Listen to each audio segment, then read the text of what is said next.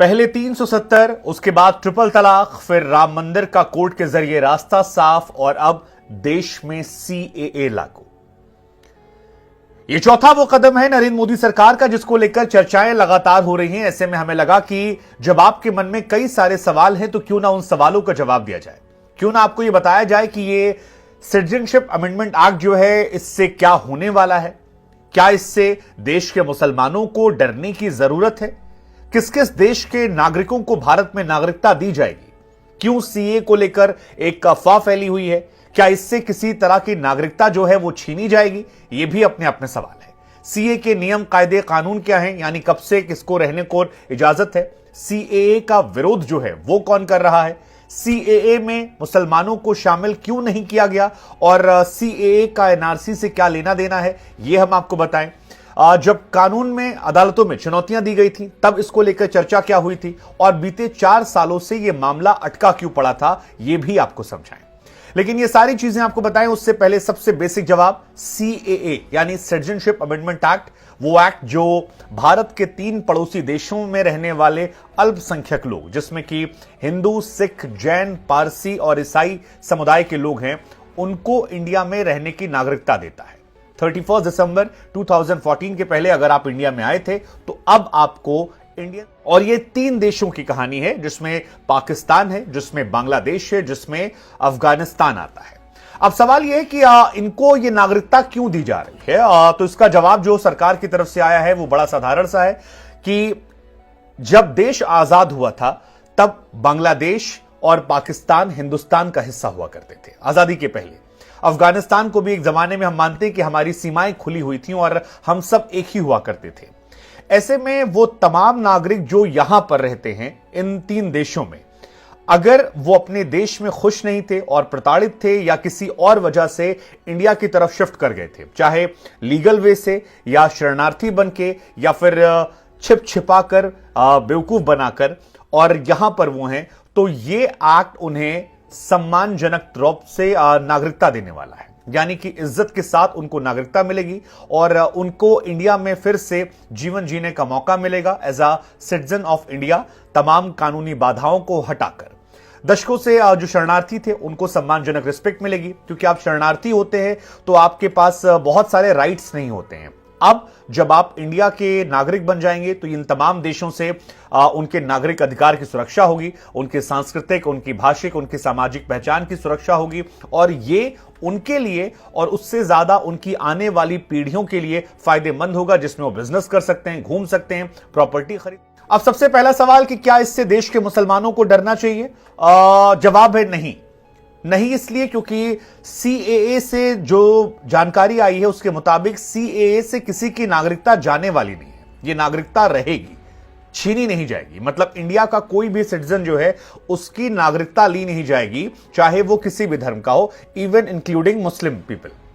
दूसरा सवाल कि मुसलमानों को मौका क्यों नहीं दिया गया है, तो इसका जवाब जो सरकार की तरफ से दिया गया है उसके हिसाब से कहा गया है कि क्योंकि बांग्लादेश, अफगानिस्तान और पाकिस्तान ये तीनों कंट्री जो है ये मुस्लिम कंट्रीज हैं, ऐसे में यहां पर लोगों के राइट्स खत्म नहीं होते हैं। राइट्स हम उनको दे रहे हैं जो इन तीनों देश में प्रताड़ित लोग हैं, हिंदू, सिख, बौद्ध, जैन, पारसी, ईसाई, जिनका ये धर्म नहीं, क्योंकि तीनों पड़ोसी देश जो हैं वो मुस्लिम कंट्रीज हैं। ऐसे में मुस्लिम कंट्रीज में मुस्लिमों के साथ उनके राइट्स छीने जाएं, ये पॉसिबल नहीं है। हां, अगर उनमें से भी कोई इंडिया आना चाहता है तो जैसे अदनान सामी एक दूसरे प्रोसेस के जरिए आए थे, वैसे इंडिया में आकर वो लोग भी कर सकते हैं, लेकिन ये किसी के इंडियन राइट्स को छीनने वाला नहीं है। मतलब भारत में जो मुस्लिम्स रहते हैं उनका टेक्निकली इनसे कोई लेना देना नहीं है इस पूरे उससे। ये जो पूरा स्टेप है ये ह्यूमैनिटेरियन ग्राउंड पर लिया गया है और नागरिकता देने में किया जा रहा है। हालांकि इसे पहले करने की बात कही गई थी, लेकिन बीच में कोविड आ गया, इस वजह से इसे। अब एक क्वेश्चन है कि फिर इसका विरोध क्यों हो रहा है और इसको लेके इतना प्रोटेस्ट क्यों है? तो इसके प्रोटेस्ट कई हिस्सों में है। एक तो कहानी ये कि सीए जब 2019 में लागू हुआ था तब इंडिया में दिल्ली में जामिया इस्लामिया, इसके अलावा शाहीन बाग, लखनऊ से लेकर असम तक काफी प्रोटेस्ट हुआ था। अब प्रोटेस्ट में भी दो कहानी है। एक कहानी है प्रोटेस्ट की कि डर यह है कि हमारे कॉन्स्टिट्यूशन राइट चले जाएंगे, जो डर था कि नागरिकता छीनी जाएगी, बट नागरिकता वाली कहानी जो है वो एनआरसी में है, सीए में नहीं है। सेकंड कहानी जो है वो नॉर्थ ईस्ट के स्टेट्स को लेकर है, जहां पर नॉर्थ ईस्ट के स्टेट लोगों को डर यह है कि अगर एक्स्ट्रा लोग हमारे स्टेट में आते हैं तो जो उनके कल्चरल राइट्स हैं, जो उनका कल्चर है, कहीं ना कहीं वो डाइल्यूट हो जाएगा या मिक्स हो जाएगा। इससे कल्चरल आइडेंटिटी पर खतरा हो जाएगा और वो नहीं चाहते हैं। इसी वजह से असम में खास तौर पर इसको लेकर काफी प्रोटेस्ट हुआ था। दूसरा प्रोटेस्ट की वजह जो थी, जो हमने आपको बताया कि नागरिकता जाने की बात है, जिसमें एनआरसी का मामला, लेकिन इस बार जो लागू हुआ है वो एनआरसी नहीं है, वो सीए है। सीए और एनआरसी में डिफरेंस ये कि सीए से मुसलमानों को डर नहीं है, लेकिन नागरिकता संशोधन, नेशनल रजिस्टर ऑफ रजिस्ट्रेशन जो है एनआरसी, जब वो लाया जाएगा तब उसमें यह पहचान की जाएगी कि इंडिया में कौन कौन अवैध रूप से रह रहा है।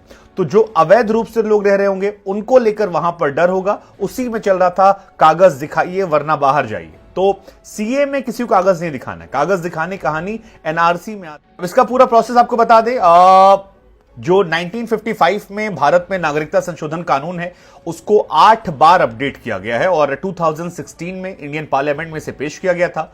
10 दिसंबर 2019 को लोकसभा में और नेक्स्ट डे राज्यसभा में इसे पास किया गया था।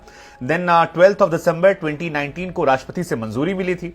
फिर बीच में काफी प्रोटेस्ट हुआ और अब 11 मार्च 2024 को इसे केंद्र सरकार ने सीए की अधिसूचना जारी करते हुए लागू कर दिया है, यानी कि अब वो अप्लाई कर सकते हैं।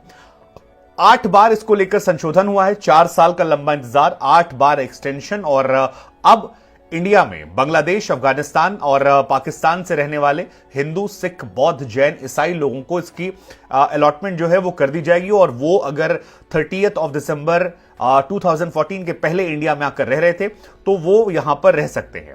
हालांकि एनआरसी को लेकर जो डाउट है या जो इसका विरोध आएगा वो इसलिए आएगा क्योंकि मुस्लिम समुदाय का ऐसा मानना है कि सीए जब लागू हो जाएगा उसके बाद गवर्नमेंट ऑफ इंडिया का नेक्स्ट स्टेप जो है वो एनआरसी होगा, जो शायद इंडिया में मुस्लिम कम्युनिटीज को लेकर क्वेश्चन करेगा। हालांकि केंद्र सरकार ने कहा है कि इससे नागरिकता जाएगी नहीं, लेकिन हम सब जानते हैं कि इंडिया में बहुत बड़ी संख्या में पोस्ट बांग्लादेश वॉर अवैध रूप से लोग आए थे और गवर्नमेंट ऑफ इंडिया उन्हीं की पहचान करके उन्हें बाहर भेजना चाहती है। पाकिस्तान ने भी कुछ दिनों पहले किया था अफगानिस्तान के नागरिकों को लेकर, अब शायद यह अगला स्टेप हो सकता है। आप क्या